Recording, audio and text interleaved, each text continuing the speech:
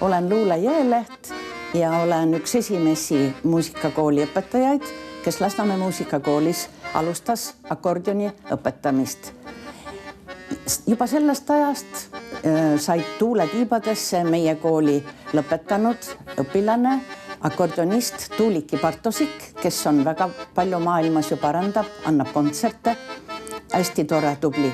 Praegusel ajal mängivad ja õpetavad ise ka meie muusikakoolis Aivi Tilk, Momir Movakumits ja nende õpilased juba edasi liiguvad samuti suurel kõrgel kaarel.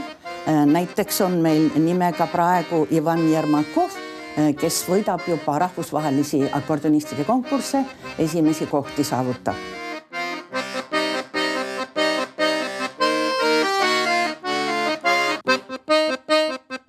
Akordion on väga mitmekülgne instrument. Sellega saab mängida vana muusikat, kaasaegset muusikat, mis on kirjutatud spetsiaalselt akordionile, rahvamuusikat, pop-džässi, kerge muusikat.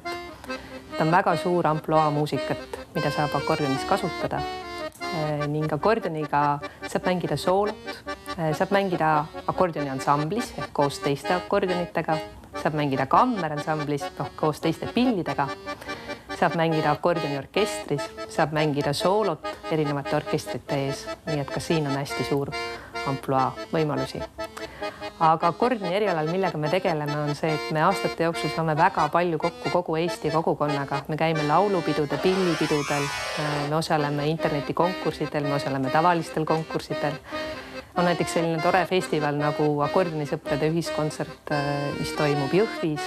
Me saame hästi palju kokku ja kuna meid Eestis hirmus palju ei ole, siis kogukond on see, mis hoiab akordioni eriala elus, nii et akordion see on kogukond.